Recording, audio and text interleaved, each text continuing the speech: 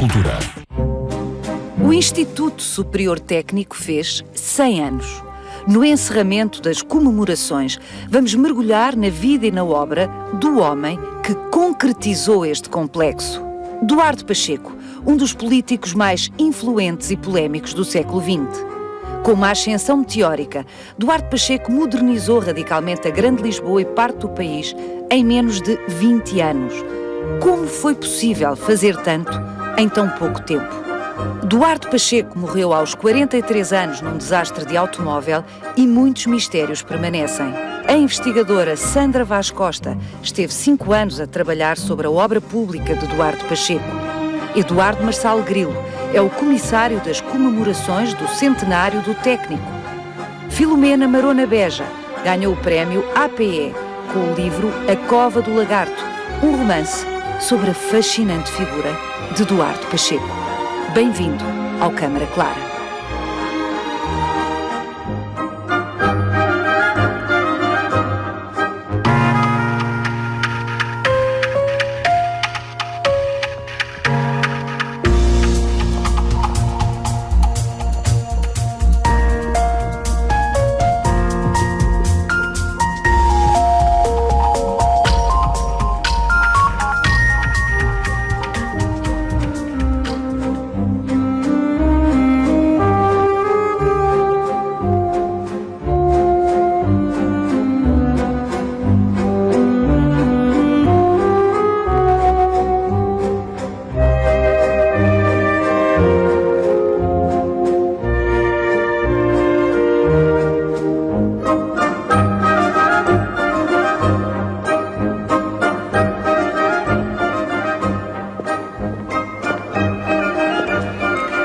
Estou a dirigir-me para o gabinete do Presidente do Instituto Superior Técnico.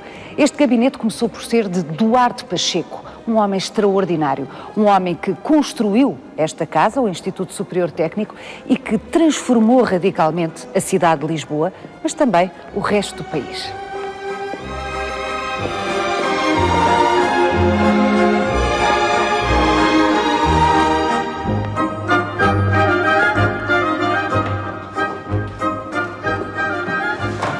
Foi aqui que começou a incrível aventura do fazedor Duarte Pacheco.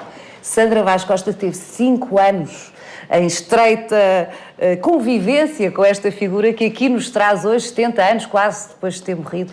Sandra, o que é que Duarte Pacheco fez, o que é visível do que ele fez, que justifica que estejamos aqui, naquele que foi o gabinete dele, no Instituto Superior Técnico?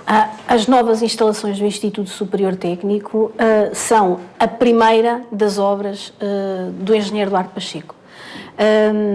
Fundado em 1911, o Instituto Superior Técnico ficou instalado à Rua da Boa Vista, uma zona muito industrializada da cidade e onde era necessário que os estudantes de engenharia aplicassem os conhecimentos teóricos que lhes eram transmitidos pelo professorado. Esse é o valor maior do tal ensino técnico, ou seja, não só o colher a informação, mas aplicá-la também, esse saber da prática. Mas o técnico sempre lutou pela criação de novas instalações, porque as instalações que tinham não eram condignas. A direção do fundador desta casa, Alfredo Bem Saúde, é muito marcada por uma luta presente sempre para a construção das novas instalações. O Duarte Pacheco, na direção que tem desta escola, vai conseguir concretizar esse sonho do Instituto Superior Técnico, que é poder dotá-lo de novas instalações. Esta é, de facto, a primeira obra política do Duarte Pacheco. É o primeiro campus universitário construído no país. Ele vai ser projetado por Pardal Monteiro entre 1928 e 1932. Começa a ser construído ainda no ano de 1932 e a partir de 1935 as primeiras aulas começam a funcionar já nesta casa. Esta obra era moderníssima. Era de uma modernidade que o país nunca tinha visto. Não, porque é uma peça arquitetónica que respeita um programa pedagógico.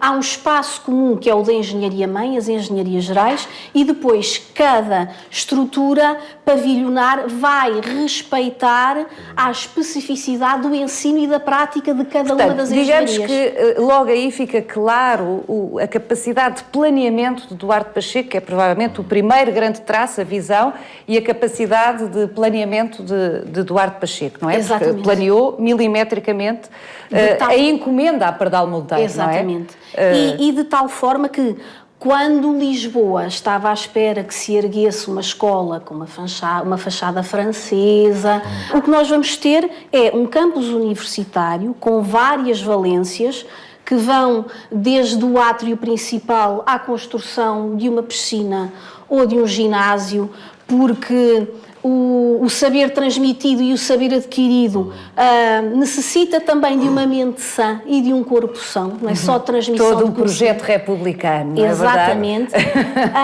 E vamos ter, de facto, uma estrutura pavilionar assente sobre uma colina sobrelevada na cidade, uma espécie de acrópole, nova acrópole da cidade, mas que vai fazer mais, porque a partir desta primeira obra do Duarte Pacheco, enquanto diretor desta Escola de Engenharia, ele vai aperceber-se de uma outra valência que a arquitetura e a obra pública também têm, que é este desenho de território.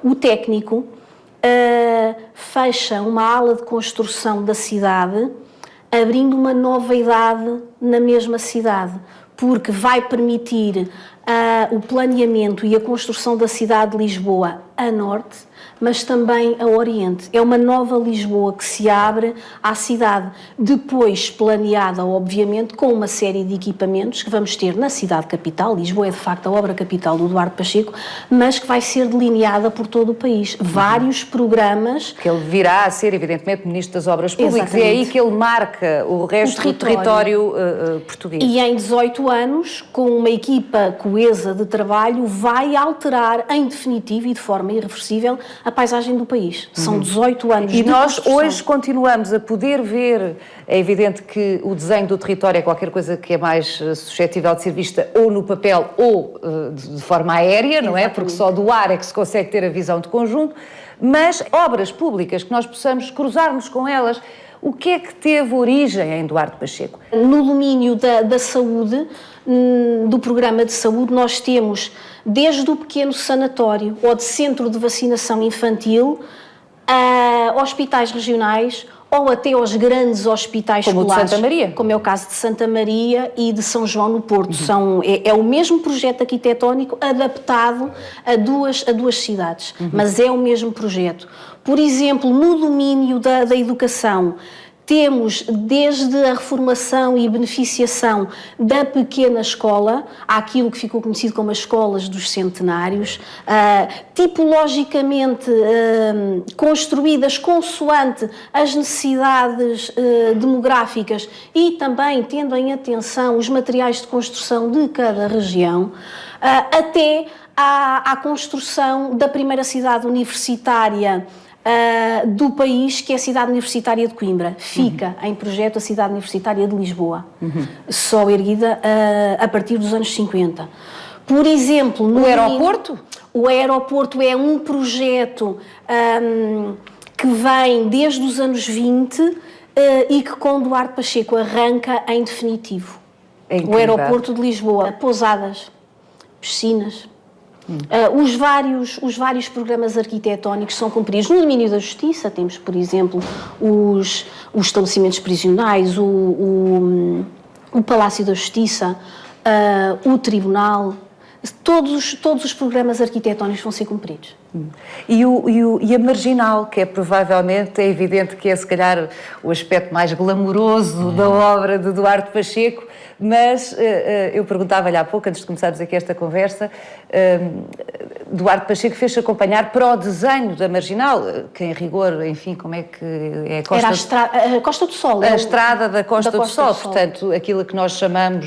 Hoje a linha do Estoril, não é? Essa estrada foi desenhada com um arquiteto francês. Exatamente. Exatamente, Alfredo Agache. Que evidentemente teria presente Nice e toda a costa francesa do sul, aquele recorte, não sei. Sim. A ideia... Já existia, sim. A ideia de embelezamento e valorização desta linha turística da Costa do Sol, ela começa em 1931, quando o Estado decreta a necessidade de embelezamento dos acessos ao Estoril e a Cascais. Em 1932, o Duarte Pacheco assume a pasta das Obras Públicas e Comunicações e em 1933, herdando este projeto, e porque à data não existe ainda o urbanista no nosso país, requisita então o Alfredo Agache ao Instituto de Urbanismo de Paris e juntos começam de facto a pensar, a traçar o desenho urbano desta faixa de território que vai de Algés a Cascais, em que, embora o Estado pedisse apenas o melhoramento da tal velha estrada panorâmica, a estrada real que desde o século XVIII, em troços de muito mau estado, permitiam o acesso a esta faixa, logicamente depois também com a via férrea, o Duarte Pacheco percebe, mais uma vez, que há ali uma possibilidade de ir mais longe.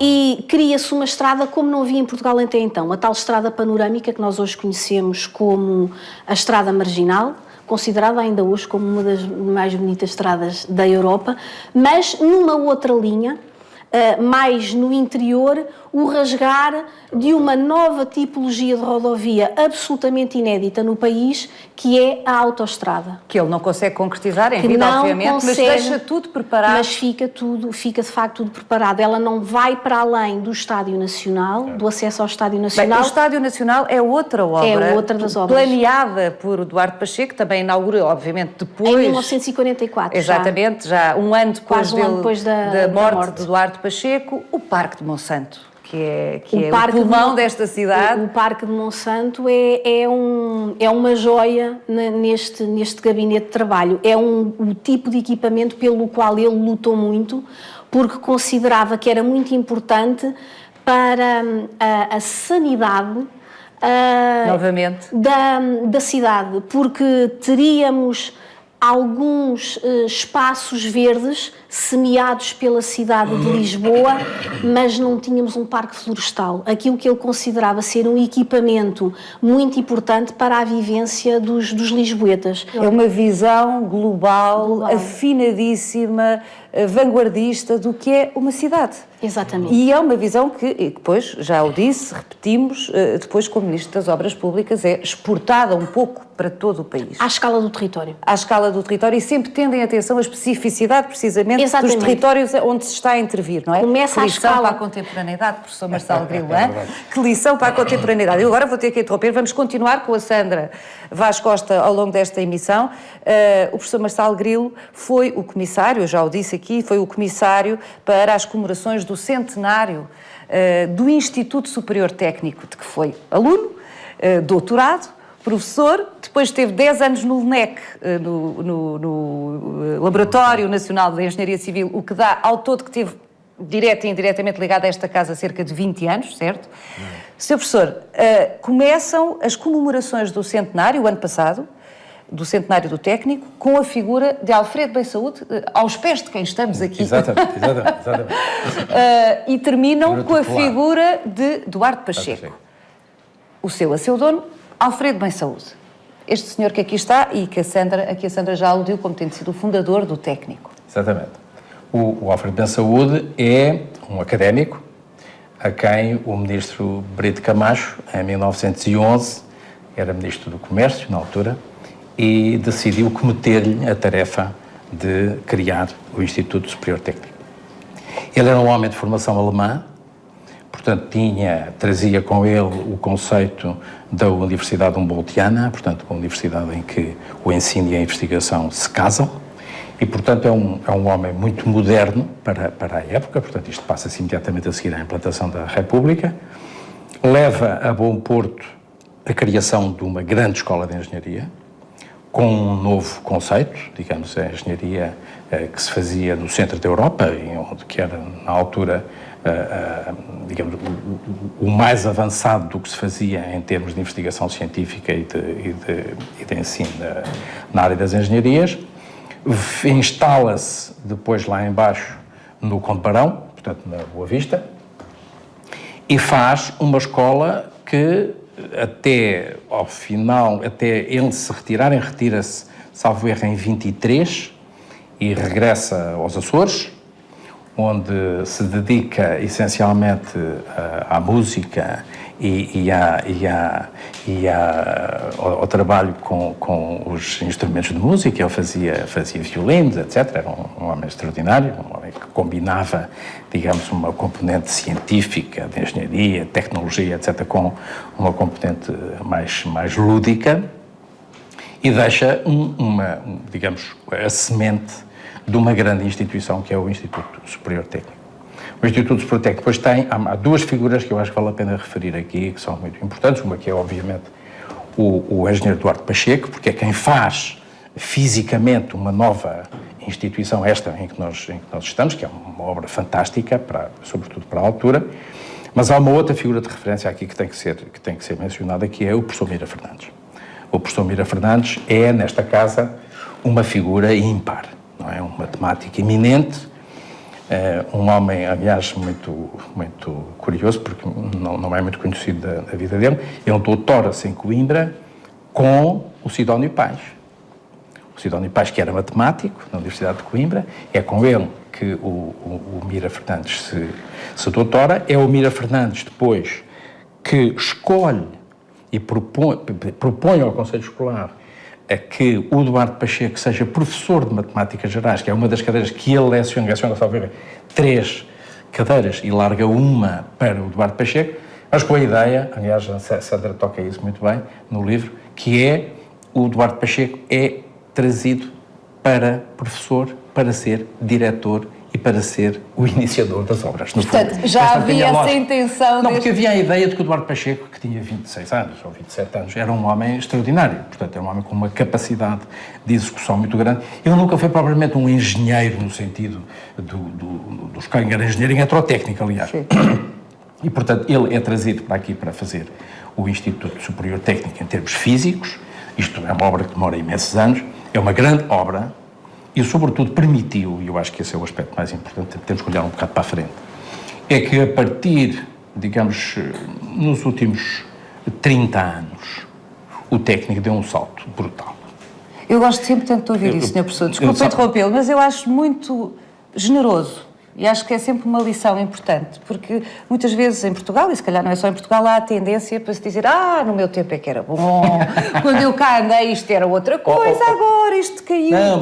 Mas eu acho muito interessante e muito inspirador, não é? Eu vou-lhe dar um exemplo, e vou-lhe dar um número só para os seus telespectadores, para os nossos telespectadores poderem perceber bem. Eu doutorei-me aqui em 1973, e em 73, no técnico, por junto, isto é, entre professores catedráticos que tinham feito concurso diretamente para professores, porque nessa altura a Universidade Técnica não tinha a figura de doutorado, do doutoramento. E os doutorados que já havia, éramos ao todo 33, em 1973. O técnico hoje tem mais de 1000 doutorados. Tem mais de 1000 doutorados, quer dizer, são duas escolas que não se podem comparar. Mas o técnico hoje desenvolve uma atividade científica, de investigação científica, de trabalho com outras universidades, de publicação, de criação de empresas, de desenvolvimento tecnológico, de apoio a empresas, dela própria ser incubadora de muitas iniciativas, que era impensável há 25 anos atrás, há 20 anos atrás. Mas, e há que sublinhar isto, sem retirar mérito e sem deixar de atender a esse salto a que o professor Marcelo Grilo alude, de facto, aqui se produziram engenheiros que deram a reputação justa à engenharia civil portuguesa de vanguardista, porque, pelo menos em algumas áreas da construção civil, a engenharia portuguesa era uma referência mundial. Mais do que a construção nas barragens, concretamente, não é? Eu estive, a Paula referiu há bocadinho, eu tive 10 anos, eu sou engenheiro mecânico, não sou civil, sou mecânico, mas fui para o Laboratório Nacional de Engenharia Civil e trabalhava em projeto de equipamento. E durante esses 10 anos, tive a ocasião de acompanhar e de viver intensamente aquilo que era a vida do laboratório, que era uma grande instituição de referência em termos internacionais, sobretudo em algumas áreas. Por exemplo, a área da mecânica das rochas. Portugal tinha em publicações nas revistas de mecânica das rochas de referência 2,5% do total do mundo que se produzia em mecânica das rochas. Não sei se está a ver o que é que isto significa. 2,5% é uma coisa brutal para um país com a nossa dimensão. Escala, sim. E, portanto, tínhamos uma liderança muito forte nessa área, mercê de um trabalho que foi feito entre a fotoelasticidade, os modelos das barragens e depois a parte da mecânica das rochas. Mas em relação ao técnico, há um aspecto que tem que ser referido em relação a hoje. É que, independentemente da capacidade que o técnico tem nas áreas específicas das engenharias, da engenharia informática, da engenharia mecânica, das engenharias químicas, da engenharia dos materiais, da engenharia civil, da eletrotécnica, da biotecnologia, etc., etc., o técnico tem 2 dos melhores departamentos de ciências básicas que há em Portugal, em matemática e física. E o técnico é um dos grandes baluartes da ciência portuguesa. Duarte Pacheco faz parte do elenco, que não é muito numeroso, das figuras, das personalidades que criaram condições para que esta se tornasse... Fez o casco. Fez o casco. Onde estas coisas se também, passaram. Não deixa de ser relevante aquilo que dizia há pouco sobre o professor Bem Saúde, não é? Que era um homem com múltiplos interesses e com uma visão muito completa, não só na área científica, mas também nas humanidades, nas artes. Não é? Não deixa de ser relevante que Duarte Pacheco, tendo sido o primeiro a ocupar precisamente este gabinete como diretor do técnico, depois de ter conseguido concretizar este projeto maravilhoso, que ele também tenha manifestado competências em tantas áreas. E eu digo isto ao senhor engenheiro Marçal Grilo, porque há esta ideia feita de que os engenheiros, pronto, são especialistas nas suas áreas, não é verdade? São banda estreita. Banda estreita, exatamente. E o próprio professor Marçal Grilo é a prova, e tantas outras pessoas, que de facto manifestam competências em tantas frentes e cuja formação foi feita aqui nesta casa, mas não é? Mas há um aspecto que eu julgo que vale a pena referir e que eu tenho insistido muito nos últimos tempos, que é a importância a atribuir exatamente a essa formação aqui, que durante muitos anos se não verificou. Isto é, eu não tive aqui a possibilidade de estudar filosofia, história, ou história da arte, ou cinema, ou teatro, não tive a oportunidade. Fazia-se um pouco na Associação de Estudantes. A Associação de Estudantes, em certa medida, complementava algumas destas falhas do que em Harvard se chama da General Education, que é uma componente absolutamente essencial para os nossos cursos. Sim. É a educação geral, quer dizer, a obrigatoriedade de alguém que vai para a engenharia, ou que vai para a medicina, ou que vai para a economia, ou que vai para direito, ter uma formação em áreas científicas fora daquilo que vai ser o seu domínio de especialização. Ou áreas de conhecimento que não sejam científicas. É evidente que muitos, o técnico tinha, no tempo em que eu aqui estive, portanto, a partir de 1959, 60, até eu daqui ter saído, em 76, quando deixei de dar aulas, o técnico era uma escola de grande rigor, como é hoje, é uma escola de grande rigor. Portanto, uma escola em que os professores tinham um sentido de responsabilidade muito grande, que transmitiam aos estudantes. Nós éramos obrigados, agora estou a dizer obrigados mesmo. Não estava distraído, éramos obrigados a tomar conta, a prestar atenção aos mais pequenos detalhes, porque na engenharia não basta o traço. É preciso ir ao detalhe, não é? Porque, quer dizer, quando faz um projeto, seja ele... A ponte tem que se aguentar. A ponte, o automóvel, o motor, o canal, tudo aquilo que se possa projetar tem que ser levado ao detalhe e, portanto, há aqui uma preocupação de rigor muito grande que hoje é, na minha perspectiva, muito complementada por um desenvolvimento muito grande da curiosidade.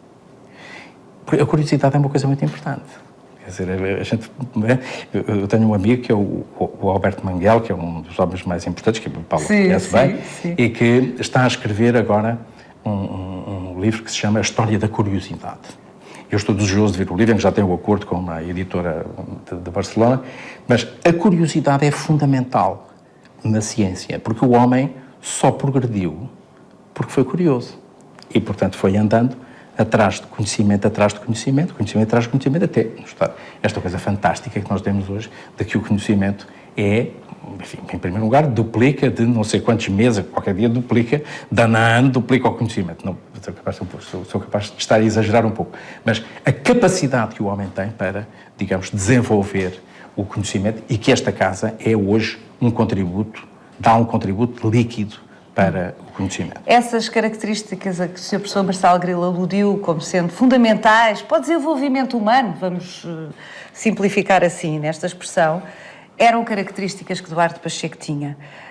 Seguramente uma grande curiosidade, um enorme rigor na planificação, na regulamentação, depois na forma como fazia evoluir todos os seus planos, e também uma outra característica que a partir de agora gostaria de explorar com a Sandra Vaz Costa, que é a ousadia. Porque nós começamos a olhar para a idade em que ele foi fazendo tendo as diversas missões que lhe foram atribuídas, e é 27, 28, 29, 30. É inacreditável. Vamos até a uma das outras obras de referência de Duarte Pacheco, a Agar Marítima de Alcântara, e vamos continuar esta conversa agora sobre como é que isto foi possível, como é que um homem com estas sucessivas idades tão tenras, diríamos hoje, conseguiu transformar este país. Professor Marçal Grilo, muito obrigada e até breve. Obrigada. Muito obrigado. Vamos, Sandra? Vamos.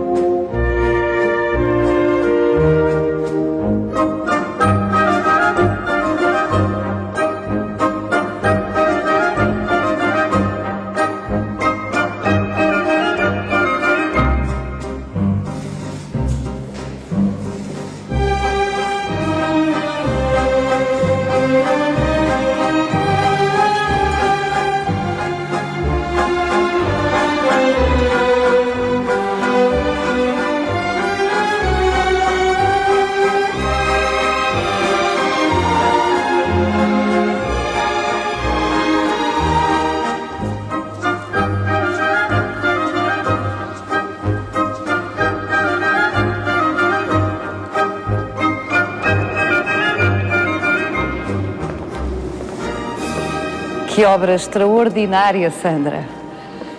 E esta Gar Marítima de Alcântara dá conta de como, para Duarte Pacheco, não era só uma questão de urbanismo, nem de arquitetura, era uma questão económica também. Exatamente. A Gar Marítima de Alcântara cumpre um dos desígnios da obra pública nacional, que é o repegar uma ideia que se arrasta desde do século XIX, mas sem possibilidade de concretização, que é essa ideia de Lisboa Cais da Europa, que é uma vocação eminentemente turística, e o turismo como valor económico e financeiro para o engrandecimento de uma nação que não está muito vocacionada para o poderio industrial, que sempre foi o caso português. A Gar Marítima de Alcântara é um equipamento base para a prossecução deste objetivo. Com a Gar Marítima Rocha Conde de Óbidos fariam um equipamento de recepção de bens, serviços e também pessoas, no caso turistas, que viriam conhecer o nosso país, mas faz parte de um projeto maior, leva bastante tempo desde o decreto, a decisão política da sua construção, que é a responsabilidade política e pública de Duarte Pacheco, mas entre o decreto, o projeto arquitetónico e a obra no concreto, como a temos hoje, seguiram de facto bastantes anos, desde 1932 a 1945. Portanto, isto começa a ser projetado, este edifício, este complexo, porque era um complexo, exatamente, não é? Começa a ser projetado por Pardal Monteiro, porque se trata de um edifício de Pardal Monteiro, do arquiteto Pardal Monteiro. Começa a ser projetado em 1934. A decisão política de Pacheco é de 1932.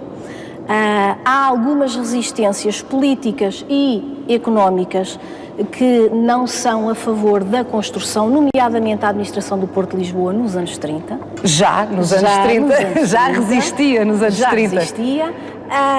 O projeto arquitetónico arranca em 1934 com um estudo exaustivo de Pardal Monteiro, que faz sequentes viagens ao estrangeiro para ver do programa arquitetónico, mas também do programa específico de administração de portos. Faz várias viagens a portos europeus, mas a conclusão de obra vai arrastar-se e entrar nos anos 40. Em 1945 é inaugurada a Gar Marítima de Alcântara. Já sem o Duarte Pacheco, que morre em 43, em 43. E a Gar Marítima Rocha Condóbitos, já em 1948, portanto, um distanciamento grande. Com a diferença de que, portanto, aquilo que é inaugurado não foi aquilo que foi projetado. Que o primeiro Duarte Pacheco sonhou e planeou, e depois aquilo que o Pardal Monteiro desenhou. Não exatamente. É? Que era suposto estarem ligados, não é? Estes dois edifícios. Exatamente. Um passadiço de ligação, uma ponte entre as duas gares, a existência, por exemplo, de uma torre semáforo, que seria um Lisboa de braços abertos a acolher os que nos visitavam, e também um restaurante panorâmico no piso superior, no terraço desta gare. Um homem cosmopolita, bem, os dois, não é? Quer o Pardal Monteiro, quer o Duarte Pacheco, mas com uma visão, enfim, do que seria receber bem, concretamente, os turistas que nos visitavam, e esta era a sala para os turistas da primeira classe. Este é o salão nobre. Portanto, as pessoas desembarcariam, os paquetes parariam aqui, os turistas sairiam por aqui e, enfim, seriam recebidos na cidade de Lisboa, na capital de Portugal, com este salão magnífico. Exatamente. Como é que isto foi possível? E eu vou recapitular, porque eu acho que esta sucessão é esmagadora. Aos 25 anos, Duarte Pacheco tornou-se professor no técnico. Aos 27, era diretor do Instituto Superior Técnico. Aos 28, foi ministro da Instrução Pública, aquilo que nós diríamos hoje, ministro da Educação. Aos 32, ministro das Obras Públicas. Aos 38, presidente da Câmara Municipal de Lisboa, onde só ficou uns meses, 5 meses, não é? Ainda aos 38 anos, voltou a assumir a pasta das Obras Públicas e morre com 43 anos de idade, abruptamente, num desastre automóvel. Mas, quer dizer, a pergunta é como é que é possível? Como é que isto foi possível? Para já, comecemos aos 25 anos, bom, tornou-se professor do técnico. Se fosse genial, ele era um genial matemático? Não. Sabia fazer contas, mas não era um genial matemático. Este percurso coerente do Duarte Pacheco tem 4 pilares muito racionais. Primeiro, uma malha de caráter muito forte. É um homem com convicções fortes. É um homem que tem um método de trabalho muito coerente. Pode demorar alguns anos, ao contrário do que possa parecer, porque o ritmo de trabalho e a profundidade e a transversalidade do trabalho é demasiado abrangente, é esmagador o volume de trabalho que consegue concretizar, mas isso não significa que as decisões políticas sejam tomadas levianamente. Não, ele demora tempo a decidir, mas quando decide, o projeto é global, está completo. Por outro lado, é um homem que tem uma formação, uma educação política que lhe vem de família, ao contrário do que foi durante muito tempo propagado pela historiografia tradicional. Portanto, esta retaguarda familiar de pertença a uma família política permite-lhe uma facilidade de manobra no tecido social, no tecido financeiro e também na audiência política, a que o mesmo se presta a partir de 1917, data em que entra no técnico como aluno. O que se assiste é a par da confiança política e do método de trabalho muito coerente, o facto de ele ter conseguido organizar em torno de si uma equipa de trabalho coesa, onde, desde o arquiteto ao engenheiro, aos técnicos específicos, a obra é trabalhada por si, pelo programa arquitetónico ou pela infraestrutura a que vai responder, esse equipamento de país. Mas, por outro lado, a obra não é vista apenas e só por si.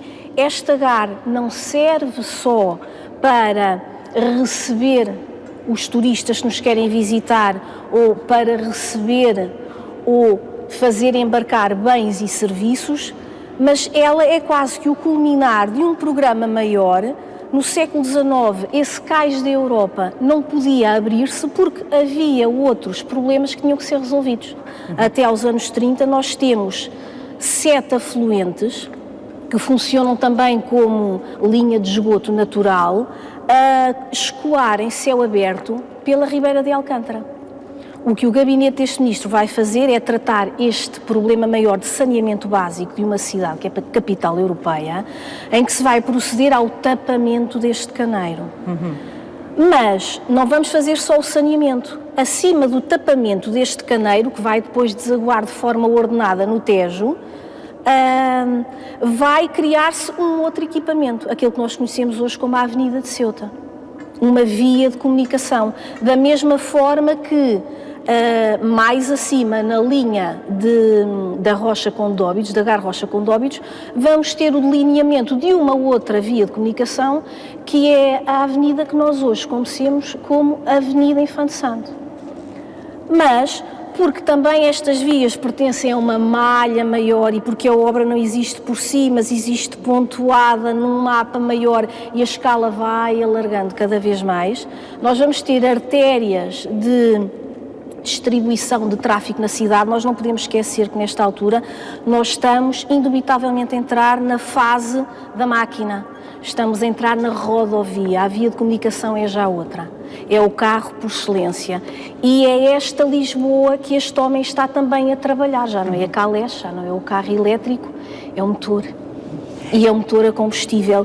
E então há novas áreas a definir nesta cidade que são vias de circulação rodoviária que de alguma forma vão aproveitar as artérias maiores históricas da cidade, mas vão definir novas linhas. Mas eu volto a colocar a pergunta. Eu já percebi, era organizado, era trabalhador, planeava muito bem, era muito determinado a executar, nós já percebemos isso tudo. Mas como é que foi possível? Porque grandes projetos no papel toda a vida existiram, e a Sandra Vaz Costa sabe melhor que eu, porque é historiadora e concretamente historiadora de arte, já se teve ter cruzado muitas vezes na sua vida de investigadora com grandes projetos no papel. A minha pergunta tem mais a ver com como é que foi possível ele concretizar tudo aquilo que sonhou, ou grande parte, não foi tudo, mas grande parte daquilo que sonhou. Com esta equipa de especialistas que não tinha existido em momentos anteriores. Mas como é que ele convenceu? Como é que ele convenceu o poder político maior que ele, no caso o Presidente do Conselho, Oliveira Salazar? Nós sobre as relações específicas do Duarte Pacheco com Oliveira Salazar já vamos falar a seguir com a Filomena Marona Beja, mas como é que ele conseguiu condições para ter território, para ter dinheiro, e para ter costas, no sentido de apoio político do Presidente do Conselho, para avançar com, nomeadamente, expropriações em massa, não é? Porque foram expropriações, falando, por exemplo, das expropriações na zona da Marginal, na zona do Estoril. Ele aqui colidia com interesses fortíssimos instalados, ainda por cima de famílias ligadas ao regime, ou que sustentavam o regime. Como é que isto... Porque este regime é também ele feito de várias fações. Este Estado Novo tem integralistas, tem monárquicos, tem católicos, tem republicanos. O Duarte Pacheco pertence à família republicana, que é uma linha mais progressista e mais convicta de que o país se constrói construindo-se primeiro. Se não existirem estruturas, nós não temos o que criar. E é esta família mais progressista... E que acredita, nomeadamente, na ciência como a via para o progresso e desenvolvimento humano, não é? Exatamente. Que o apoia. Percebe que este homem tem, de facto, ele tem ideias muito fortes, tem uma convicção fortíssima e ele vai ser sistematicamente apoiado por esta facção. Numa família maior, onde há entraves, onde há resistências, elas aconteceram com uma obra, aconteceram com obras maiores, mas faz-se quando o peso é maior. Quando o peso dos republicanos no regime não é tão forte, ele é afastado sim, mas do por poder. junto, quer dizer, estamos a falar de uma obra, uma obra pública que se concretizou ao longo de 18 anos. Exatamente. durante os quais ele só esteve afastado 2 anos, ou seja, o período em que ele constrói, em que ele assina a sua grande obra pública, em Lisboa e em Portugal. Em Portugal. Não é só em Lisboa, noutras cidades do país, noutras partes do país, de facto ele só está afastado 2 anos. Portanto, com o nível de resistência que ele deve ter tido, nomeadamente dos proprietários a quem queriam expropriar terrenos para as obras do Duarte Pacheco. Exatamente. Quer dizer, apesar de tudo, é fantástico como é que só durante 2 anos é que foi afastado e depois voltou. Voltou porque há uma obra magna que o regime quer celebrar, faz parte destes regimes mais autoritários, que é um processo de autocelebração e revisitação da história, e existe a ideia de se fazer uma espécie de feira histórica sobre a história de Portugal. A Exposição do Mundo Português. A Exposição do Mundo Português, 1940. que vai ocorrer em 1940 no sítio histórico de Belém. No gabinete deste ministro não é um projeto tão importante. É mais importante aquilo que ficará, o recinto que ficará depois do desmanchar da feira. Estou a ser amassadora, mas eu continuo, apesar de todas as suas ótimas explicações, com esta dúvida. Como é que foi possível? Pois se ele não se distinguiu por aí além como aluno, era um bom aluno, mas não era um aluno extraordinário. Se não se distinguiu como aluno extraordinário, como é que então só 2 anos depois de ter acabado o curso é chamado para professor de técnico? 2 anos depois para diretor do técnico e depois aquele percurso que lhe conhecemos? Uma outra questão que eu tinha era como foi possível, e a segunda era onde é que este homem então andou entre 1923 e 25, data em que ingressa no técnico como professor, se ele não exerce e se ele não tem obra científica. E vou encontrar a resposta em 2 homens muito importantes no técnico também. Portanto, a pertença a uma família política é importante também por isto. Entre 1923 e 1925, o Duarte Pacheco, e isto são palavras do professor do técnico, Caetano Maria Beirão da Veiga, utilizou o seu gabinete como se seu fosse. O seu do Beirão da Veiga? O seu de Beirão da Veiga. Ora, o que é que então o Beirão da Veiga era, para além de ser professor do técnico e do Instituto Superior de Comércio? O Beirão da Veiga tem atividade privada. Ele, àquela data, entre 23 e 25, ele é o presidente delegado da Empresa Nacional de Publicidade, detentora do Diário de Notícias, cujo diretor é um reconhecido poeta da época, Eduardo Schwalbach, grande amigo também do Duarte Pacheco, mas esta Empresa Nacional de Publicidade pertence a um grupo económico maior, que é a CIP, que é a Confederação Industrial Portuguesa, Companhia Industrial Portuguesa, pertencendo a um grupo maior ainda, que é a Caixa Geral de Depósitos. Mas o Beirão da Veiga tinha também atividade política, era vereador da Câmara Municipal de Lisboa. Entre 1923 e 1925, para além da possibilidade que o Pacheco já tinha a nível familiar de se mover bem na esfera, na comunidade política. Sobre a família já vamos Lisboa, ver a seguir, sim, já vamos conhecer essa dimensão da vida dele. Tem as portas da Câmara Municipal abertas para poder trabalhar um projeto maior que existe desde 1911 no Instituto Superior Técnico, que é a construção das novas instalações do Instituto. O professorado do Instituto Superior Técnico sempre quis a construção das novas instalações. E é este rapaz que, expedito no manejo e no traquejo político, e convicto de que vai de facto pelo que conseguir. percebemos, depois da sua explanação, com as relações certas, no momento certo. Portanto, há aqui uma convergência de circunstâncias. Para lá do seu brilhantismo, do seu empenho, do seu trabalho, da sua visão, há uma convergência de circunstâncias que passa pela malha de conhecimentos que ele tem no mundo político, no mundo financeiro, no mundo social, como, aliás, a Sandra dizia há pouco. Aliás, a própria entrada do Duarte Pacheco no Instituto Superior Técnico é contra todas as regras da própria casa, vai contra o regulamento que tinha sido estabelecido por Alfredo Bem Saúde em 1911. O técnico, no recrutamento dos seus docentes, a primeira coisa, o primeiro valor que pedia era um mérito científico da produção do candidato. Ora, o Duarte Pacheco nunca exerceu a engenharia, nem nunca produziu qualquer tipo de conhecimento no assunto. Ou seja, não tem produção académica, Não tem investigação, nada. E na discussão do Conselho Escolar, em que os decanos, professores, discutem a possibilidade de Eduardo Pacheco entrar ou não, aliás, a proposta é feita por um outro professor da casa, grande amigo. No final também se zangam. Ele zanga-se com algumas pessoas no curso da vida. Aureliano Mira Fernandes é sim um eminente matemático português. O Aureliano Mira Fernandes diz que não quer continuar a lecionar tantas cadeiras, porque ele é regente de todas as disciplinas de matemática do técnico, e propõe então o seu antigo aluno, Eduardo Pacheco.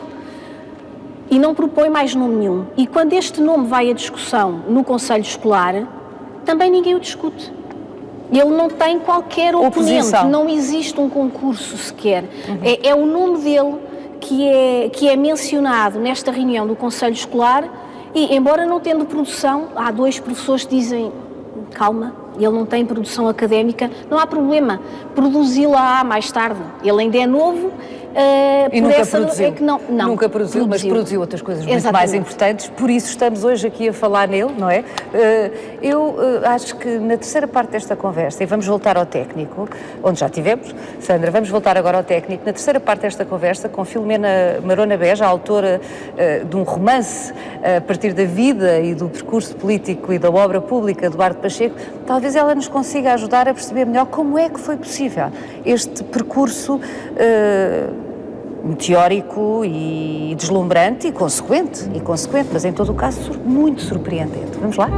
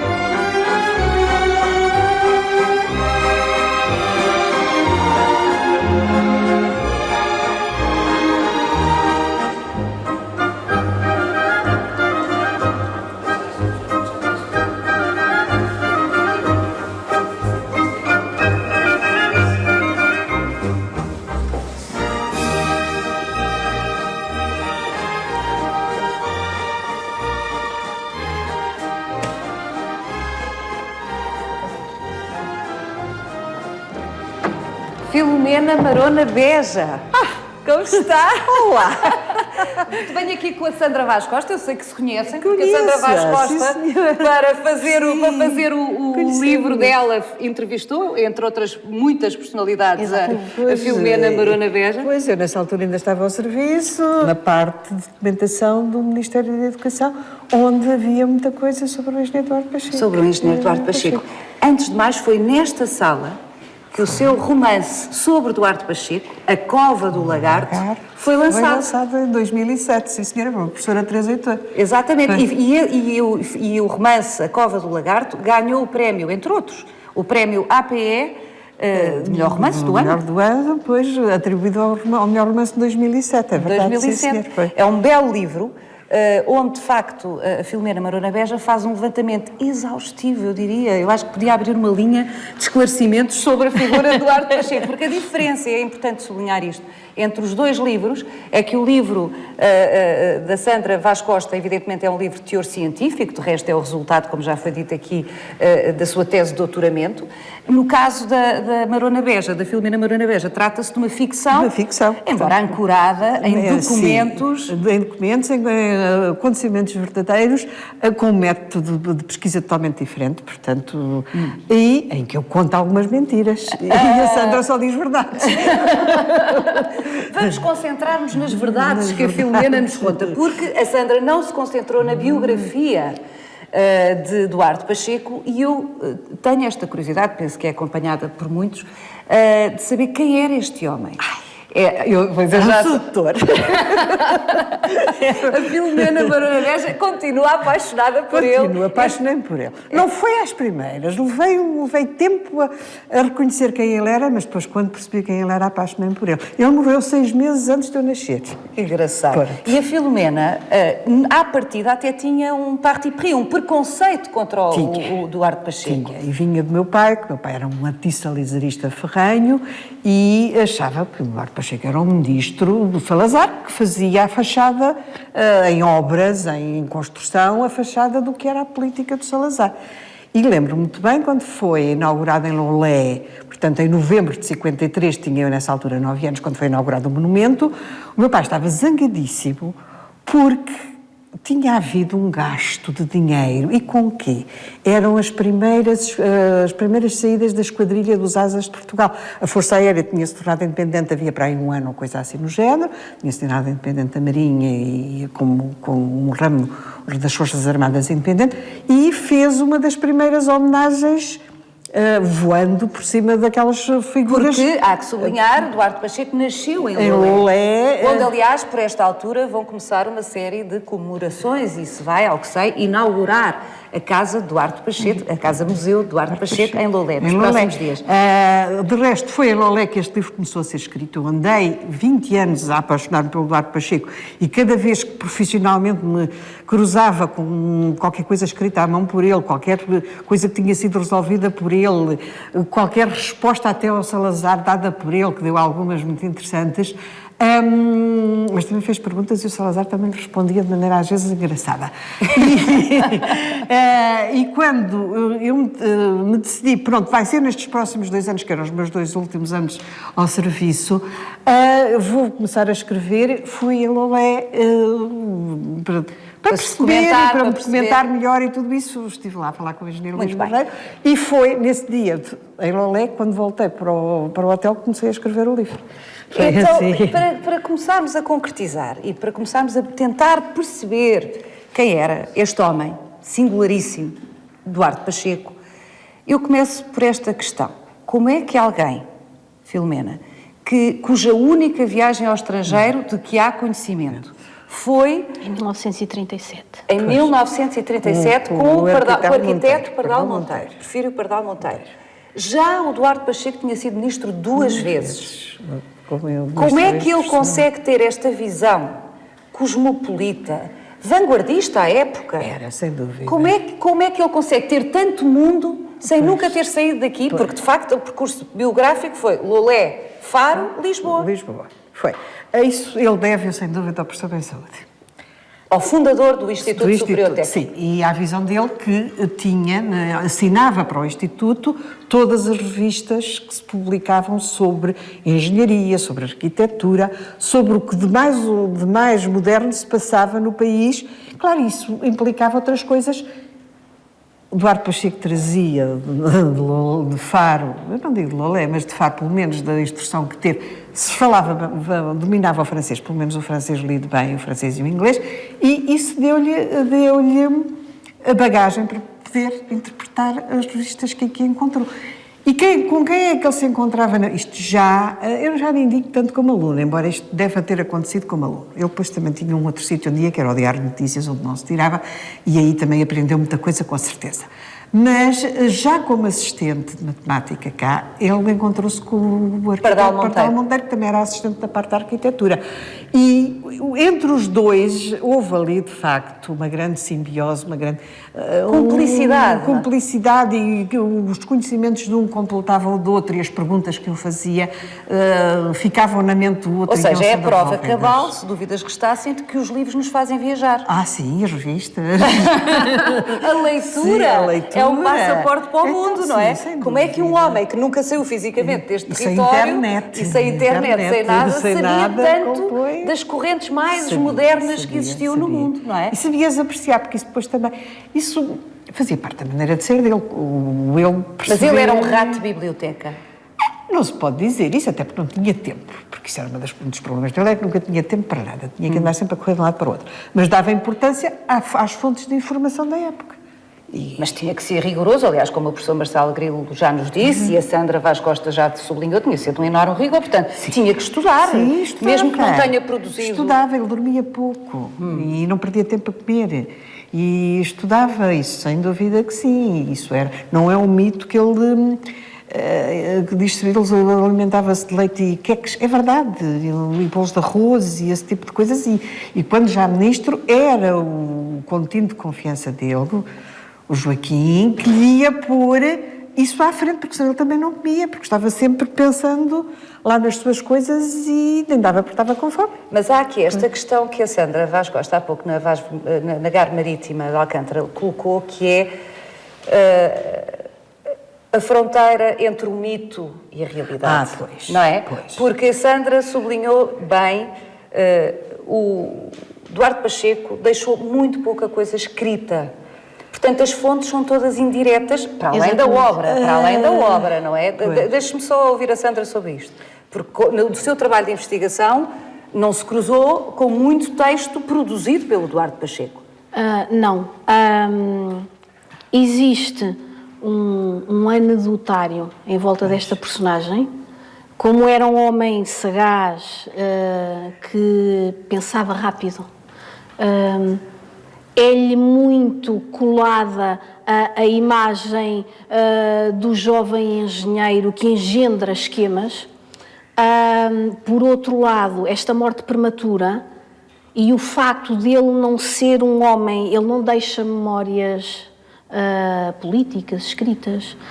É um homem que muito poucas vezes faz discursos públicos, conto-lhe 4 ou 5.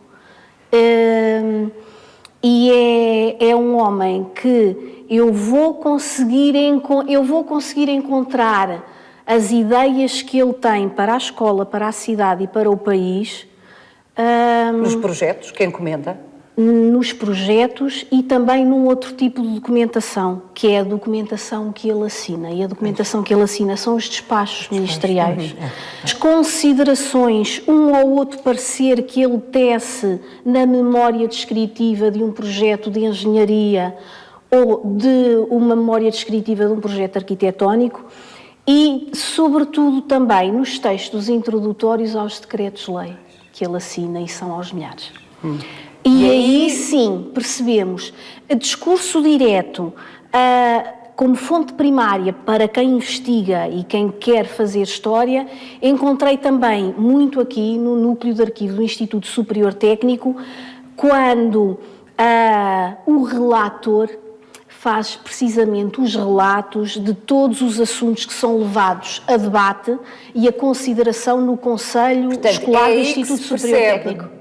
Quase diretamente, exatamente, a eloquência deste personagem, que era maroto. Maroto, era. Era maroto, que a Filomena Mourona Beja gosta imenso dele, mas reconhece... Era bastante maroto, estava sempre a imaginar... Com outra dignidade, dir-se-ia astuto, não é? Era, sem dúvida que era, mas é uma das maneiras que ele tem de depois conseguir fazer muita coisa. Ele consegue cativar as pessoas.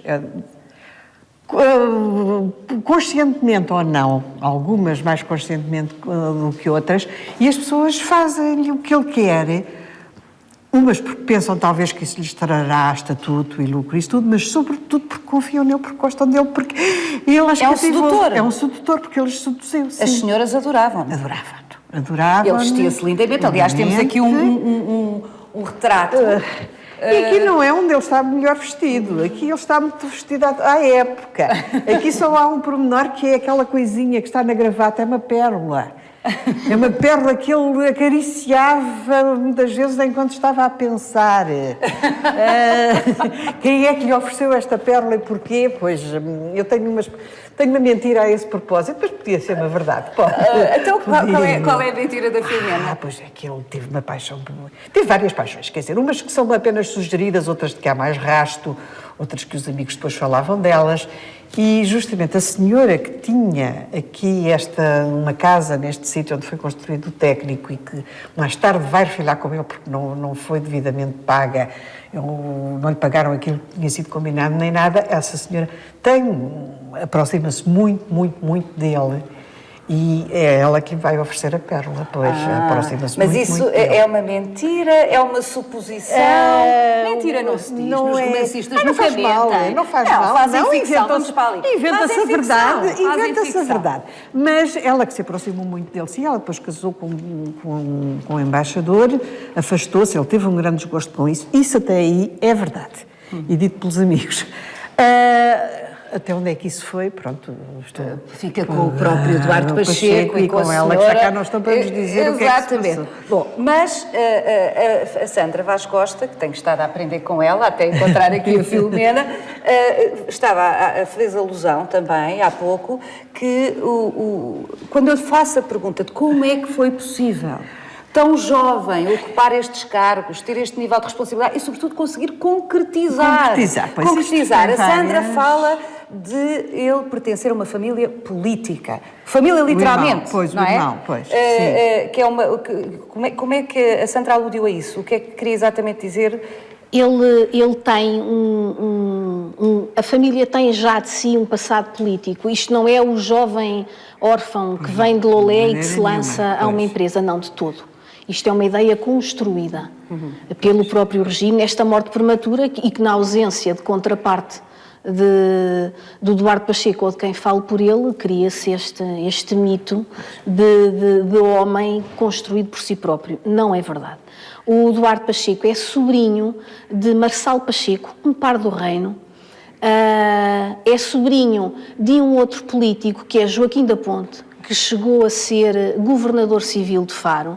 O pai de Eduardo Pacheco, António Pacheco, é chefe da repartição de finanças de Lolé e dirigente local do Partido Regenerador. O Humberto Pacheco, o irmão mais velho de todos os irmãos Pacheco, eles são ao todo 11, 4 rapazes, 7 raparigas, o Humberto Pacheco é republicano. O Eduardo Pacheco é também ele próprio republicano. Em 1919, ao fim de ano e meio em Lisboa, ele participa na famosa escalada de Monsanto, em que um batalhão académico se reúne para expulsar uma facção monárquica que se tinha barricado ali para os lados de Monsanto. E, aliás, em 1928, quando ele toma posse, aos 28 anos de idade, como Ministro da Instrução Pública, no ato de tomada de posse, um dos poucos discursos que lhe conhecemos, ele afirma que na celebração dos seus ideais republicanos que ele irá desempenhar o cargo que o país e a nação lhe está a confiar. E, de facto, aliás, é um capítulo, é uma pasta ministerial muito pouco referida na obra pública do Eduardo Pacheco e que é tão importante como a pasta das obras públicas ou a pasta de Presidente de Câmara da cidade de Lisboa, capital do país. Porque ele viveu o técnico como estudante e sentiu necessidades que este país precisava de cumprir com os estudantes. Ele viveu o técnico como professor e como diretor de uma escola. E quando vai exercer a pasta da Instrução Pública, o equivalente atual ao Ministro da Educação, ele põe em prática, ainda que em decreto, mas o esboço, o estado embrionário fica lá, ele põe em prática algo que, quando assumiu o cargo de diretor do Instituto, disse que iria defender sempre, e quando se torna político efetivo, defende e assinou decreto. E estou a falar de situações que o país não tinha e que são tão básicas como, por exemplo, o apoio social aos estudantes. É com o Eduardo Pacheco que se criam os decretos para a construção de residências estudantis.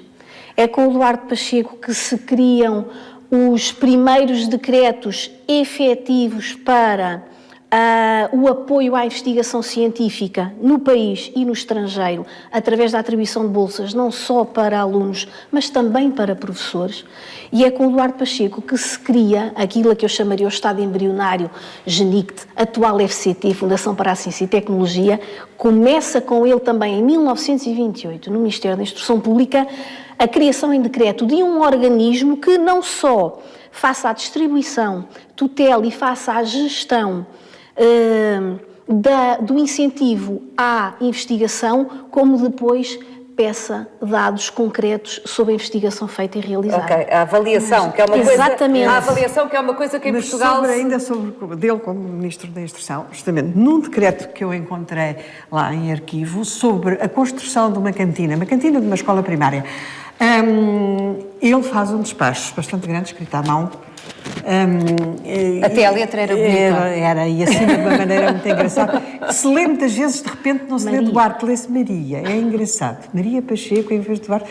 Quando se olha de repente é o que se lê. Parece.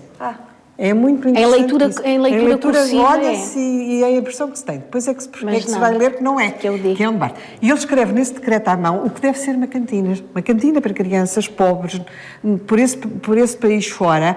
E como é que se mantém essa cantina? Há sempre alguém que às vezes dá o terreno, dá o material de construção, vai as pessoas todas da aldeia ajudar a construir. E depois, como é que se mantém a cantina? Isso não pode ser. E ele então cria uma maneira, uma espécie de uma segurança social para as cantinas. Como é que as cantinas se vão manter?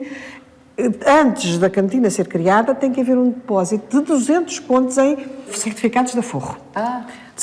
E é com esse rendimento que depois a cantina é mantida. Tudo isto converge nesta ideia. É um republicano com os valores absolutamente agudos do progresso com base no conhecimento, da justiça social, o que me leva à questão obrigatória, e chegámos até aqui na conversa sem a termos ainda abordado, mas eu guardei-a deliberadamente para a Filomena Marona Beja, as relações com Oliveira Salazar. Porque, aliás, Oliveira Salazar, que reiteradamente no seu romance A Cova do Lagarto, é nomeado como o outro. O outro, pois. Ele referia-se, ou pensava, não sei o quê, a Oliveira Salazar como o outro, pois. Com O grande, mas era o outro. Era o outro, pois claro que era, porque ele no fim é que lhe fazia a figura. Era a figura que se diz de Salazar, construiu escolas, estradas, patati patatá. Quem fez isso tudo foi o Duarte Pacheco e... Depois do Duarte Pacheco morrer em 43, Salazar e companhia trataram de o apagar de certa maneira. Nunca foi referido como uma grande... Quer dizer, imediata, houve aqui vários momentos, não é? Há três momentos, não é?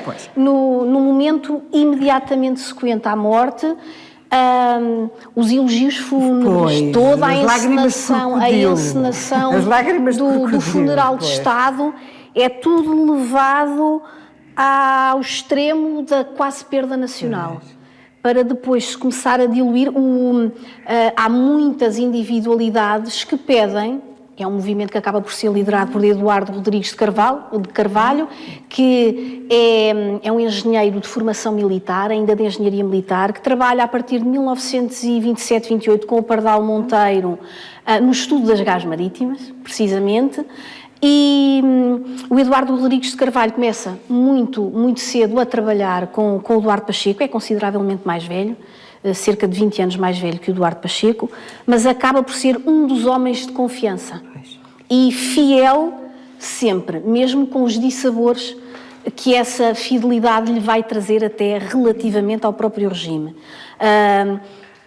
Os amigos próximos do Duarte Pacheco, no decorrer do tempo, vão ser galardoados com o afastamento da execução efetiva do saber técnico que têm. A equipa é desmontada. Os órfãos de Duarte Pacheco, os verdadeiros órfãos de Duarte Pacheco... Muitos deles, os técnicos com quem ele tinha trabalhado. A equipa de especialistas que ele tem, esta gente com este conhecimento cirúrgico, profundo, mas transversal, pedem que se faça, que se erga, e a primeira ideia de facto em Monsanto, um monumento a Duarte Pacheco.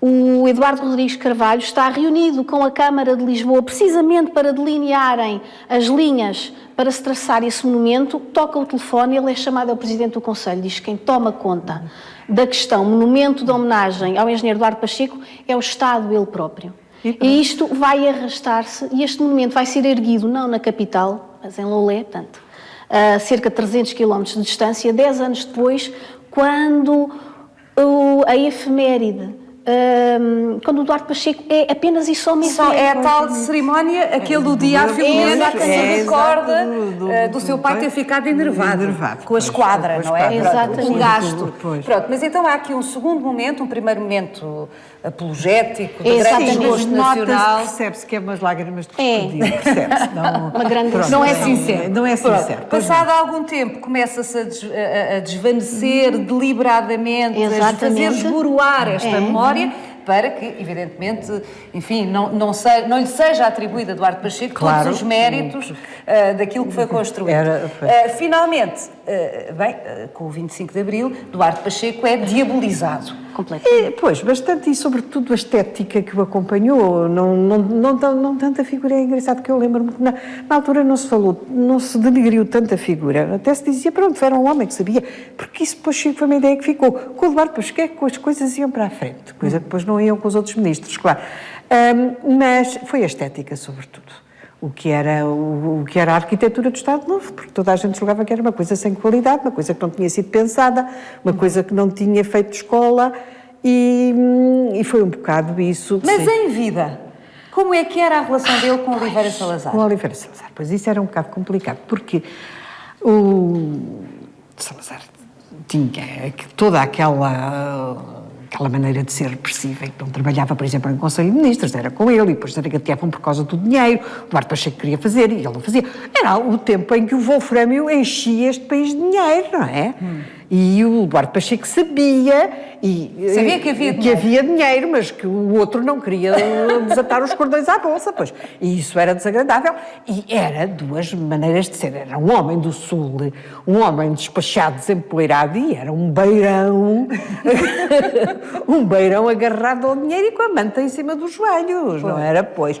Era esse tipo de relações que eles tinham. Espero que toda a gente que esteve connosco com a vontade de saber mais sobre esta figura extraordinária e que agora conta com o livro O País a Régua e Esquadro, que é fruto do doutoramento e do trabalho de investigação para o doutoramento de Sandra Vaz Costa, que acaba de sair, e podem sempre ir repescar, porque já tem 5 anos, A Cova do Lagarto, do romance sobre Duarte Pacheco, de Filomena Marona Beja. Portanto, os livros aí estão, e há mais, que ao longo deste ano, por causa do centenário do técnico, muitos livros foram produzidos sobre esta casa e sobre as figuras que fizeram esta casa. Sandra, Duarte Pacheco era fundamentalmente um político, por mais sensibilidade que ele tivesse para o urbanismo, para escolher ótimos arquitetos, por mais apuro estético que tinha, por mais sensibilidade social que tinha, ele era um político e foi por isso que conseguiu concretizar isso tudo.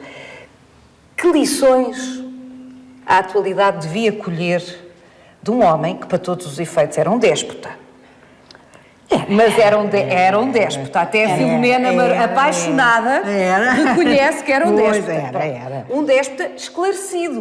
O problema é quando não são esclarecidos, é um problema maior. Bom, que lições é que nós hoje podemos, em democracia, colher da vida e, sobretudo, evidentemente, da obra pública? É a traiçoeira a questão. Eu julgo que a classe política teria bastante a aprender com a conduta deste homem. Porque, independentemente do facto de ele ser um político, ou seja, é aquele que no exercício do poder tem consigo o poder de decisão por todos, é um homem que é minucioso no método de trabalho, é um homem que, quando abraça uma pasta, pensa os assuntos de forma cirúrgica, cada um por si, mas depois cada um desses assuntos enquadrado numa malha maior, e por isso é que a obra pública deste homem é transversal. É tão abrangente, não é? E tão abrangente, é à escala de um território, como falávamos há pouco, é primeiro à escala de uma escola e depois à escala de uma cidade e, por fim, à escala de um território. Como é que este homem, em 18 anos, muda a paisagem de um país? Com método, com poder de observação e munido de uma equipa de técnicos especiais em cada um dos assuntos, em cada uma das áreas de intervenção. É um político Ou que, seja, sendo... apesar de ter um caráter, enfim, vamos dizendo de uma forma benigna, é determinado. Exatamente. De uma forma maligna, é déspota. Bom, mas apesar desse caráter determinado, ele sabe delegar. Sabe delegar e sabe ouvir, sabe respeitar o técnico, porque ele tem o ónus da responsabilidade política, mas ele sabe que não tem o saber técnico específico em cada uma das áreas de intervenção. Ele tem uma visão global do que é necessário fazer, sabendo também que, tendo a humildade suficiente de saber que em cada uma das áreas de intervenção eu decido, mas quando decido, e por isso é que por vezes demora anos numa decisão, quando toma essa decisão, ela vai completamente blindada de uma arma legal que o regime, com as características que tem, lhe proporciona, mas vai com a sabedoria técnica da equipa que está com ele. Pronto, como disse o professor Marçal Grilo no início desta conversa, enorme rigor. Enorme rigor. Que ele cultivou nesta casa. E muito importante, Filomena Barona Beja. Barona Beja, ao que sei, morreu pobre. Pois, morreu, não deixou nada às irmãs, as irmãs tiveram que ter uma Ele pensão. vivia com duas irmãs, pois, não é? Era, primeiro com uma, depois com outra. Tiveram que ter uma pensão do Estado porque elas não sobreviveriam, que elas também não seriam pobres. Mas ele foi sempre muito poupado. É muito engraçado porque quando ele veio estudar para Lisboa, ele veio para Lisboa com 17 anos, primeiro veio para a casa do irmão mais velho que morava no Largo do Calvário, depois foi à vida dele e morava ali no bairro Alto, muito perto do técnico, no que era a Rua dos Cardeais de Jesus, como se chamava nessa altura, e a irmã mandava-lhe, a irmã mais velha Maria do Carmo, mandava-lhe uma mesada para ele se sobreviver cá e se arranjar. Ele, entretanto, tinha uns explicandos, que dava as explicações nos cafés, enquanto comia os seus bolos de arroz e bebia o seu leite, e ao fim do mês devolvia o dinheiro à irmã. E a irmã voltava-lhe a mandar, e ele voltava a devolver. Portanto, era uma pessoa, e no entanto vestia muito bem, o melhor que havia. Portanto, bom planeador, planificava tudo até as suas próprias finanças. Era não é? isso mesmo. Mas o meu sublinhado era, ou seja, era um homem pessoalmente honesto. Era, e exigia nunca isso. usou, Não. Seguramente gostava de Gostava. poder, Era isso, gostava mas aquilo de que o poder. fazia correr não era seguramente dinheiro para si. Não, era a ânsia de fazer. Era um fazedor incansável. incansável. Agora, pergunta, e é a última, apesar de podermos os dois continuar a conversar, mas já não aqui. Filomena, acha que sem um contexto autoritário, o brilhantismo de Duarte Pacheco se teria podido manifestar como manifestou? Ele seria sempre autoritário. Não. Eu estou a falar do contexto político. Pois, do eu estou a falar do contexto, regime. se não fosse o Salazar. Ou seja, se não fosse o regime autoritário que lhe dava cobertura, nomeadamente às decisões autocráticas que ele também às vezes tomava, de expropriações, etc. Acha que ele teria podido fazer a obra que fez? Ele fez alguma coisa antes do regime autoritário de Salazar. Ele conseguiu lançar as primeiras bases desta casa técnico Instituto aqui. Superior Técnico, por isso cá Ele estamos. começou isto, ainda era assistente de matemática, quando fez um primeiro currículo escolar para um novo. Pois, e mas conseguiu Filomena, fazer a dimensão da obra. Ai, não, mas eu não sei. Eu não lhe sei responder a isso, porque isso aconteceu. Antes do regime de Salazar, ele já conseguiu manipular qualquer coisa para fazer. Ele levou esse currículo, esse programa curricular à Assembleia de Escola e conseguiu fazer aprovar. Portanto, há aí qualquer coisa. Ele seria sempre muito, seria sempre muito brilhante, mas a minha dúvida não mais do que qual é, brilhante, não é? Sem havia aquele levar contexto. muito. Era difícil. Não era? Era muito difícil. Era difícil. Seria, obviamente, aproveitado Pois. pela classe política, pelo poder de concretização que tem pois. e pela convicção. Ele acredita que é construindo e equipando um país que esse país progride. Mas sem esta tal blindagem legal que este regime autocrático lhe confere e que lhe permite cortar a direito, rasgar ruas e edifícios e esventrar quintas para o rasgado de uma estrada, para a salvaguarda, o perímetro de zona de proteção de um monumento histórico, seria difícil. Seria difícil, mas ele chegava lá. Eu acho que graças a quem Coimbra